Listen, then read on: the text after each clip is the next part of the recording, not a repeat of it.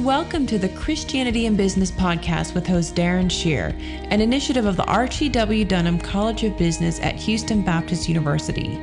This is the show that helps Christian business leaders to integrate biblical values into business. You can get more information about HBU's Center for Christianity in Business and sign up to receive free access to all 5 issues of the Christian Business Review Journal by visiting our website at christianityinbusiness.com. On this episode, we're joined by Aaron Mwale. Aaron serves as the Vice President of Zambia Christian Ministers Association, Chairperson of the Town Ministers Fellowship, and Vice Chairperson of the City Community Development Committee there in Zambia. He's located in Luanshya, Zambia, which is in the Copper Belt. So we're talking Central Africa. For those of you who don't know your geography, Central Africa, kind of northern Zambia and southern Congo. And that place known as the Copper Belt, one of the largest, if not the largest, copper producing part of the world. He's an entrepreneur and a lecturer on the subject of entrepreneurship. And for the past few years, he's been involved in training 200 ministers of the gospel in entrepreneurship across Zambia. He's a new friend and has quickly become a dear friend. Aaron, welcome to the show. Thank you. Thank you so much. Well, tell us about your ministry to business professionals and pastors in Zambia and to the surrounding countries, because there's 8 surrounding countries, right? Yeah, we surrounded with 8 countries, we've been able to train a lot of people within our nation, and we intend to move out.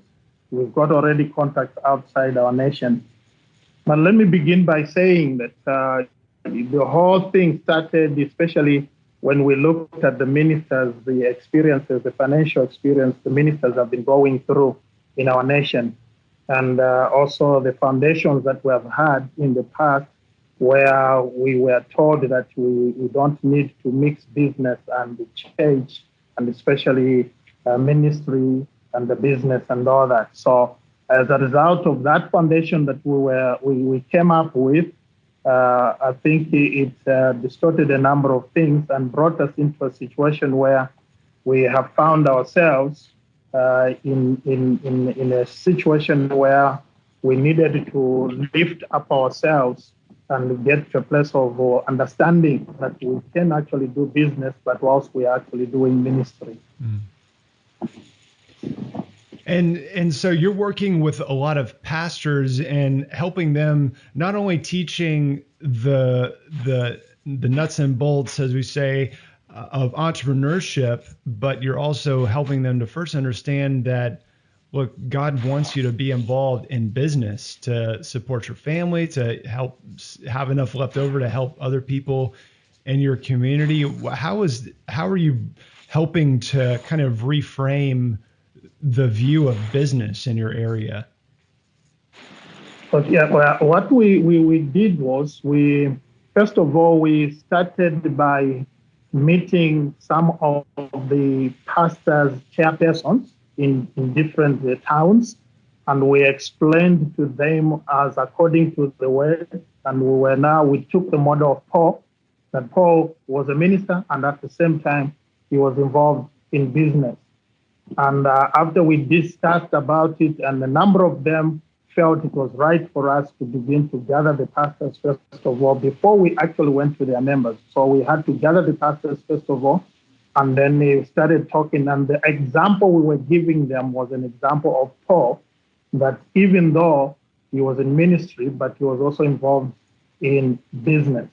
And we also, we were trying to explain to them that Paul was, we are reading most of his books now in the Bible. Yeah. And I don't think there was any one of us that could say we are so busy and we are more busy than Paul.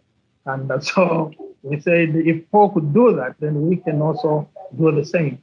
But at the same time, we were able to confront our fellow ministers with the situations that were real in their lives. And especially that we have churches that some of them can't meet the needs of the pastor. And so we said, if the church cannot meet your need, you still have an option. You still have something you can do and even help the church itself to continue running as it is supposed to run. So that was the first groundwork that we had to do to mobilize the pastors and talk to them. And then they agreed that we needed to start that. So we started, as we started with the first group of people that we trained were over 50 pastors. And so when we trained them, we brought in some of the people that are in business. They talked about business, and at the same time, we're bringing in the aspect of the Bible itself and all that. So the first group of 50 people, after they were trained, they discovered that this was real good, and they started telling the other pastors. So it was easy now to be able to get more pastors trained in entrepreneurship, and because others were able to see and hear the testimonies of those that had come in for the first time and they had launched into business and how they were doing financially, even as their own, even as families. So from that, we were able to launch in and begin to move from place to place and train pastors and see how the Lord has been able to bless them. Beautiful. And so these pastors, they not only have Paul as an example in the Bible, but they have you as a living example right in front of them, somebody that is actively a minister to ministers and leading leaders these are the ministers of the gospel. And you have a business, you have a couple of businesses. Why don't you tell our listeners about some of the, what type of business are you doing personally? Yeah, personally, first of all, I did have a good background in the sense that my father was a pastor. He's late, and he was not only just a pastor, but he was also involved in business. So I was able to get that. That's my biological father. So I was able to get from him that I can actually be able to run businesses.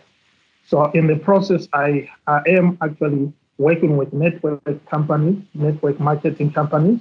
One of the first ones that I joined, which I was a distributor, and I've continued to be a distributor that's for Ever Living Products, which sells aloe vera products. And that also helped us so much because that brought in a testimony that has helped a number of pastors.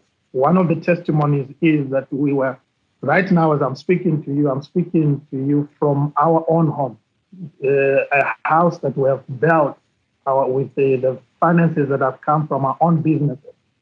And that itself also has been a very big testimony to many of our pastors, because for them to build a house, it's really difficult, especially when we look at the hardships that the pastors go through. When they look at what we've been able to achieve in the area of business, but at the same time, working with them, mobilizing and training them, it has really been a testimony to them. And not only just network marketing companies that I've been working with, we also have our own farm. We haven't done, we are not on a commercial level, but we've been able to do crop farming at our own farm, which is about 18 hectares. And the other thing is we are also doing pottery. I just heard the rooster in the background. Perfect timing. Yeah. So we're doing the free-range chicken at the back of our house.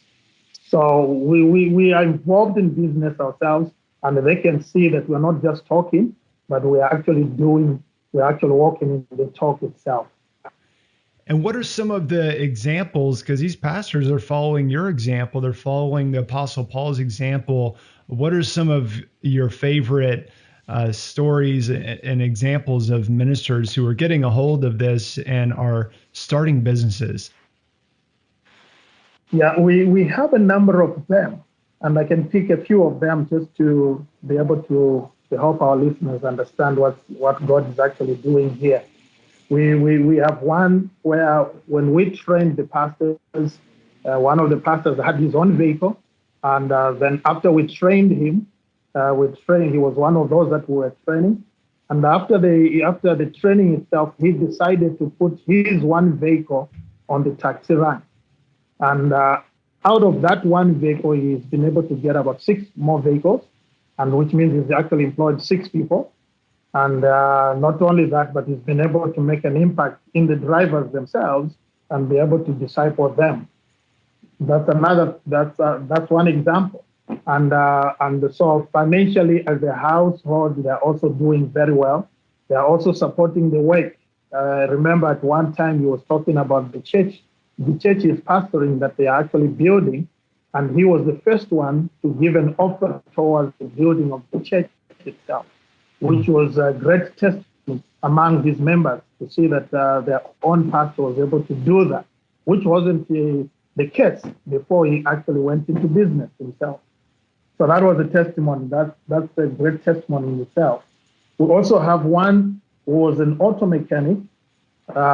With him, when he went into full-time ministry, of course, I'm using full-time ministry. In our teachings, we have now said there's nothing like full-time ministry. But he went into full-time ministry, and he was an auto mechanic. But he decided to forsake the auto mechanic, the garage he was working on and working with and all that. But after the training itself, he decided to get back into business alongside the church, alongside the ministry. And there's a great testimony because he says, now I've been able to meet a number of people. He's been able to lead a number of people to the Lord. Secondly, he's been able to disciple them, and he's touching many lives. And not only that, financially, as a household, they're doing very well. And he's also supporting the ministry now, because the whole idea is to get them to a place where they don't become a burden to their members they're leading, and at the same time they can support the work of the Lord themselves. Yes. That's another one. Then we've got another one which is very, very interesting.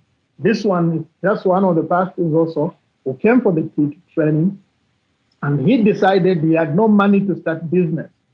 And so he decided to go to an Indian shop, a shop that is run by an Indian person. And he went there and he talked to him and said, I just want to be your outlet where you can bring in some mattresses. I sell the mattresses on your behalf and give me a commission until we reach a certain level where I can now do my own business. And he took a bold step. And this Indian looked at him and said, okay, let me trust you with the 4 mattresses. And so he was trusted. He was given 4 mattresses. And from 4 mattresses, as I'm talking to you now, he runs his own big shop in one of the towns on the Copper Belt. And so he's been able to help his family. And at the same time, he's also doing discipleship in the marketplace and also financing the kingdom of God and financing some of the projects that the church is actually doing. We've got a number of them that are actually doing very, very well, but they were not doing very well before they went through our training session. We have another one who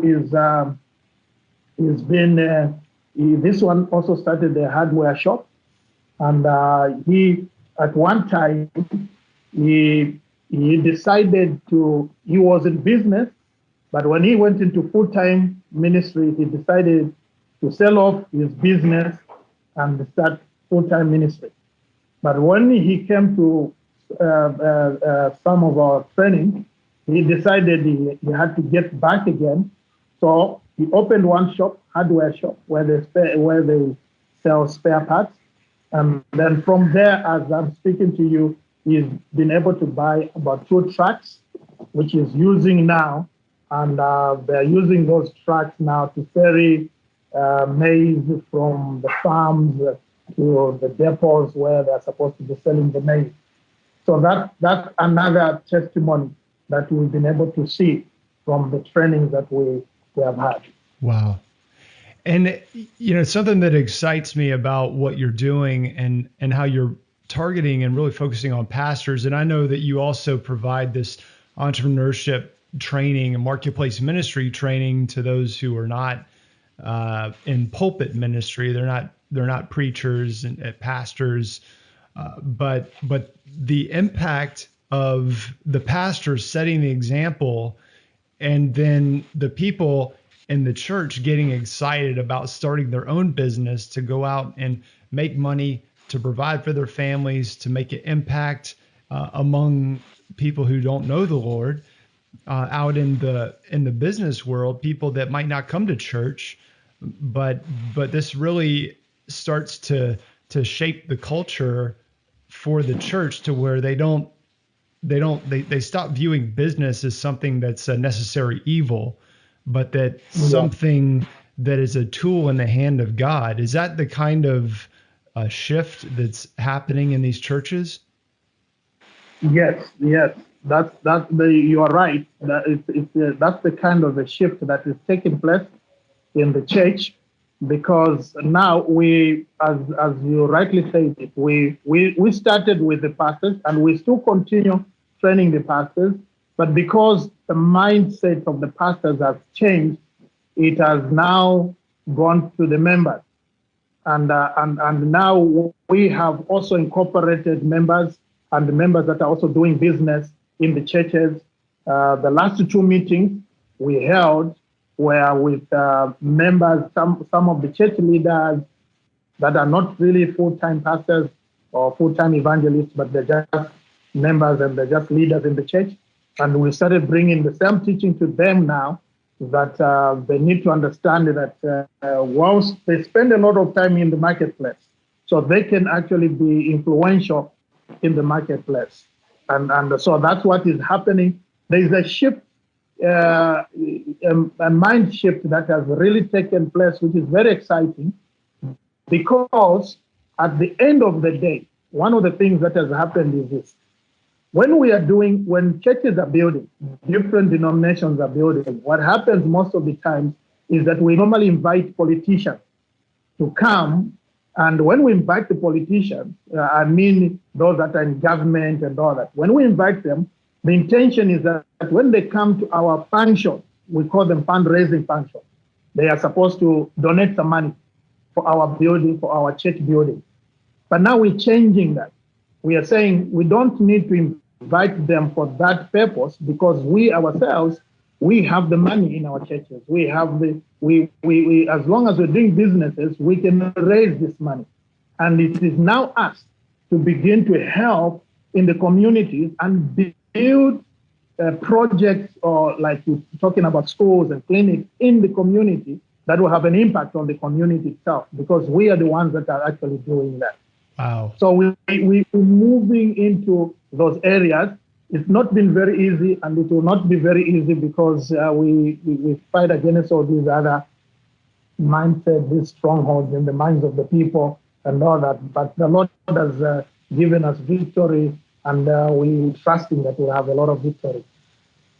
That is a profound thing that you just said there, because one of the problems we have in the church here in the United States is this idea that, well, we need to grow our churches so we can have, and it's not said explicitly, but let's get bigger so that we can build bigger buildings and have bigger programs inside the church and hire more staff and all of that. And that's what ends up happening. But you're saying the shift is we're not seeking new members, people that come to our churches just so that they can give more money, but so that because we already have the money, we're focusing on helping our people prosper so that they can then have the resources not only to sustain the church, but to then go out and build schools and to go out and make an impact in the community, build bigger businesses and employ more people, all of those things. Like you talked about the pastor who now has an opportunity to disciple these 6 taxi cab drivers on a daily basis, and their livelihood is linked to to the calling on his life. And that is such a shift that we need to have here, especially in the United States. Yeah. And you see, because one of the things that we have seen, especially in Africa, and probably when I say a village setup, you may not fully understand what a village setup or a rural area setup, you may not fully understand it. But it's a place where you find that there are no schools, there are no clinics. Probably people walk like the 5, 6, or maybe 10 kilometers to find the next school or the first school, or maybe a clinic or a hospital and all that. And so what this is doing now is trying to focus on these communities as businessmen, Christian businessmen. How can we contribute to the transformation of our community? And the only thing we can do is be able to put our monies together, build them something, and come in, probably by God's grace, bring in Christian teachers that will begin to teach even in those schools, or Christian doctors that begin to work in those clinics. And as a result, they begin to have an impact on the entire village itself, or on the entire community itself. So that's the transformation that we're looking at. And we're praying that God gives us the grace to accomplish the dream itself. Wow. It's, things that many of our listeners take for granted. We have listeners all over the world, but the idea often here, and at least in the U.S., we're looking to the government to build the schools, not to the churches to build the schools, which is, on one hand, it's you're in a great position to be able to influence your culture because the government hasn't taken over those responsibilities, and we still do have private Christian schools here, but they're very expensive to operate because in many cases they don't get the funding from the government that the schools have become so dependent on. But that the churches would be the ones to have to come together and have the resources and not wait for the government to do everything. Yeah.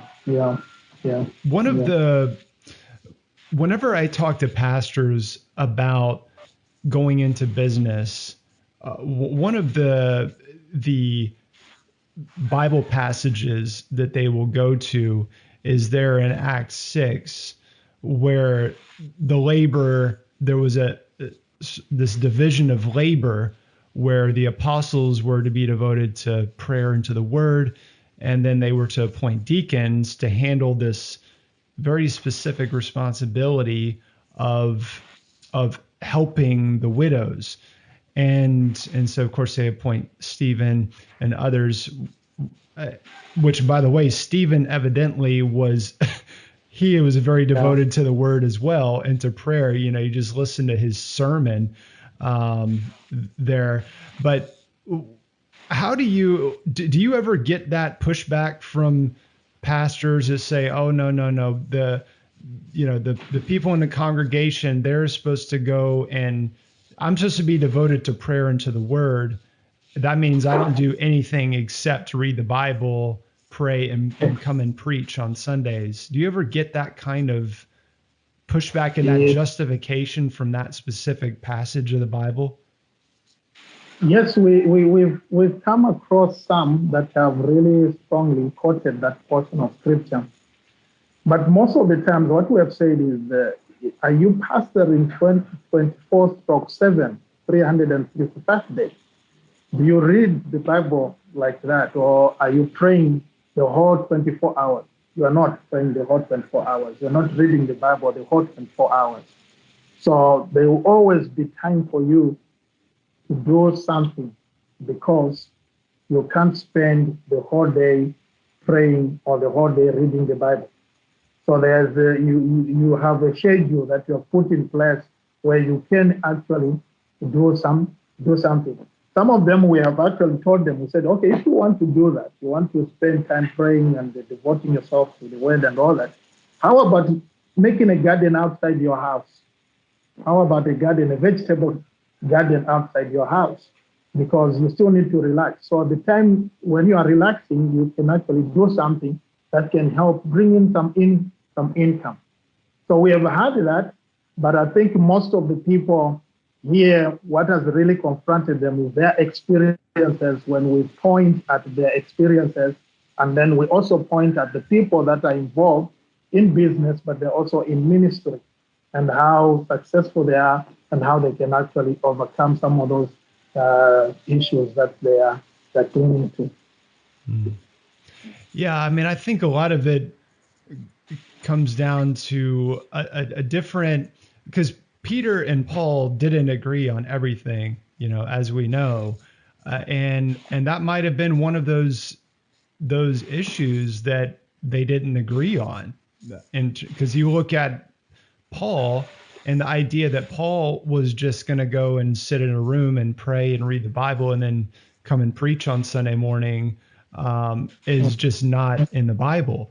It's he was very much engaged not only in business but in hiring and providing for the people who were with him. And he actually says, "Follow this example." He says it over and over again. Follow this example of the way that I'm engaged in the marketplace to meet my own needs, so that I don't have to be dependent on donations. I mean, the only time I see him even collecting donations is when he's in prison. I mean, when he can't actually go out there and do business, or he's requesting funding to support poor, the financially needy churches. And so I think it also depends on, are you going into a Gentile world or a Jewish world? Of course, Paul going into the Gentile world, and just like me in the United States and you there in Zambia, I mean, we're in the lost world. I mean, where people need, they don't understand this idea that you just donate to your church and your pastor just prays and reads the Bible and comes and preaches on Sundays. But it sounds like some of that is so much more clearly understood by you and the pastors that you're working with than it would be if you were to come over here and try to share this with pastors here in the U.S. It would be very difficult. It would be very, very difficult. Yeah. One of the portions of scriptures that we have read time and again is Second Thessalonians, where Paul actually says, when you read different versions, where he actually says for you yourselves know how you ought to follow our example. And in one of the versions, it says we were not undisciplined, meaning that by Paul himself doing the work and doing what he needed to do, it showed that he was actually disciplined himself. Yeah. And then he goes on, he says, "Nor did we eat anyone's food without paying for it." So you that's one of the portions of scriptures that we have read time and again, that how many times as ministers we have eaten things, but we have not paid, because we think we are anointed to receive only, and we have anointed to eat things from our members. And Paul says it's our right, but we did not use that as our right, but we had to show an example. And it's very profound, especially that he says, in order for me to meet also the needs of the people that were around me. So we brought these portions of scripture to our people, and we still have others that are still not really sure about all this because of these doctrinal issues that we have, different denominations and all that. But when we look at the way the trainings have been going and the people that we have had in our workshops, they've gotten the vision, and we have seen the results as we mentioned. Wow. And so you've already trained hundreds of pastors in this teaching, but you have another important meeting coming up just this week, right? What's going to happen there? Yeah, we the first phase of our training, we are calling it as sensitization, where you're moving from place to place and you're bringing up this sensitization to the people, to the pastors and all that. But now we're getting into what we're calling phase 2, where we're sitting with the pastors, the key people now, and we are saying this is now what we want to do, the discipling in the marketplace itself, and not only just the pastors, but the businessmen in our churches, and those that are not in business, but they want to come into business. How do we raise money for them? How do we finance them to be part of the whole team so that they're in business? So we have some key people in different towns that will be having meetings, and we're starting with this Sunday. We managed to get our own place now where we can have meetings twice in a month, and where we sit down with the leaders, we have a round table, discuss, and then see which way forward.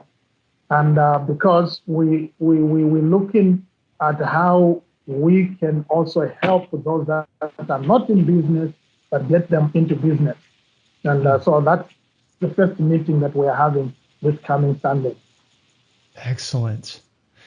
And I'm just so encouraged to hear the work that you're doing and how you're discipling these pastors and discipling these business people to go and make an impact.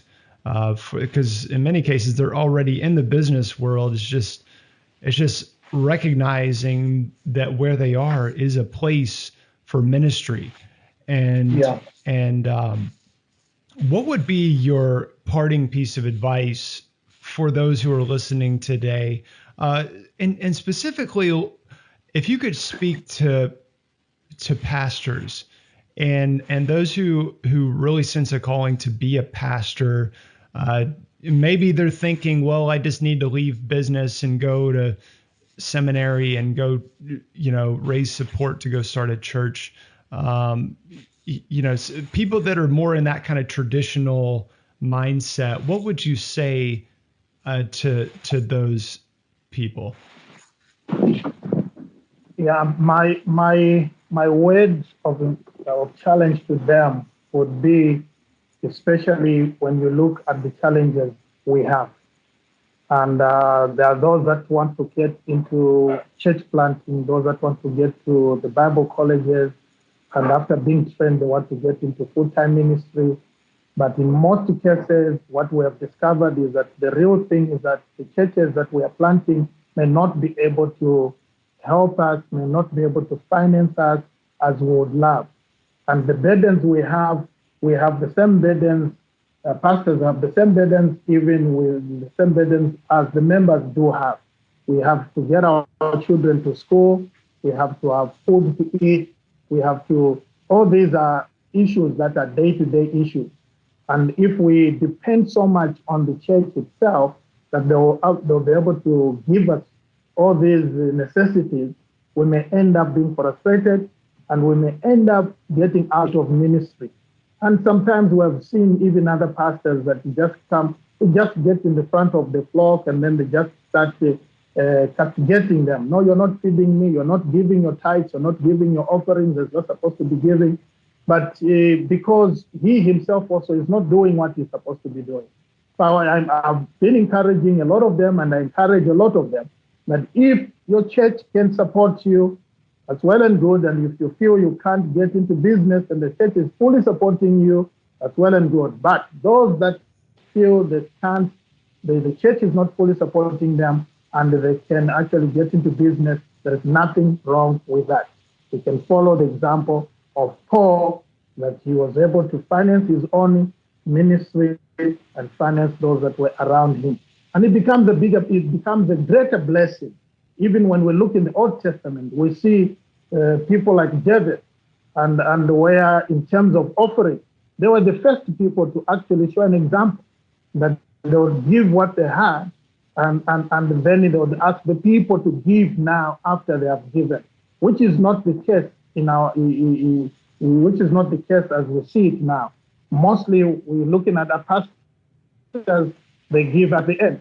And I've worked with pastors and ministers for a long period of time, even in some of the gatherings that we have. When we talk about an offering, it is the least amount of money that you get in a minister's meeting. Why? Because there's that struggling. Pastors are struggling financially. So the best way, or the God's way, is for us to begin to do business alongside ministry. And we have tremendous examples of people that are actually doing business and they are actually in ministry. Some of them are running some of the big churches that we have. Even on the Copper Belt itself, they are running these churches, but they're also doing business. So I would encourage them to think and pray over it and see how the Lord can actually lead them to do that. Excellent. And if somebody says they want to get involved with what you're doing specifically there in Zambia in the Copper Belt, how could somebody get involved potentially? At the present moment, what we're looking at is already we've got this place that we'll be meeting. We'll be having these meetings twice in a month. And the whole thing is to get our own place where we can build a place we are calling a model. And this place is more to do with the training of other people coming through from different provinces, different towns, and come and see. And it will run on a business. It will be run as a business center, where businesses are being, people are being trained in different skills. Pastors being trained in different skills, because believe me, most of the Bible colleges, I do guest lecturing at one of the Bible universities here, okay, and they don't have a subject of entrepreneurship, and it's recently that I've been pressing for that to say no, we need to have this subject as one of the subjects as we train these ministers to go out into the field. They need to be trained. So we're looking forward to have a center where we can do these things. They can be trained in other Bible colleges, but they need to come and also be trained in entrepreneurship and then be released from there. So that's what we are praying for. And if we can have partners in that will be grateful to God.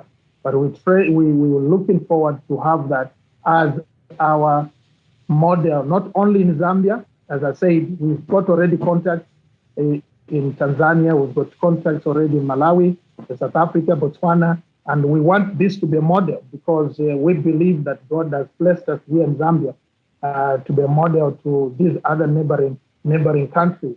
And we feel that what God is doing here, it can be taken into the other nations, and we can see God at work.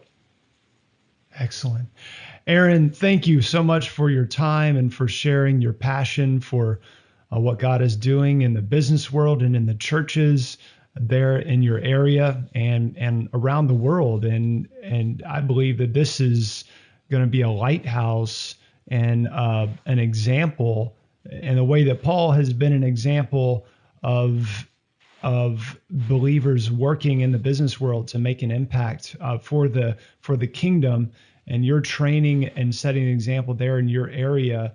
This is going to be a model to be used across the world because there's so many. I mean, I totally see the same issue in our Bible colleges here in the United States where there is a lack of entrepreneurship training or even just teaching the theology of business to these future pastors. And so what you're doing is so important, and I appreciate your time today. Thank you so much. Bless you. Thank you for the opportunity that you gave me to share this. Thank you. We hope you've enjoyed this episode, and if so, we would greatly appreciate it if you would leave us a quick rating and review for the Christianity in Business podcast on iTunes. You can get more information about HBU Center for Christianity in Business at christianityinbusiness.com. Thanks for listening, and remember to keep integrating biblical values into your business.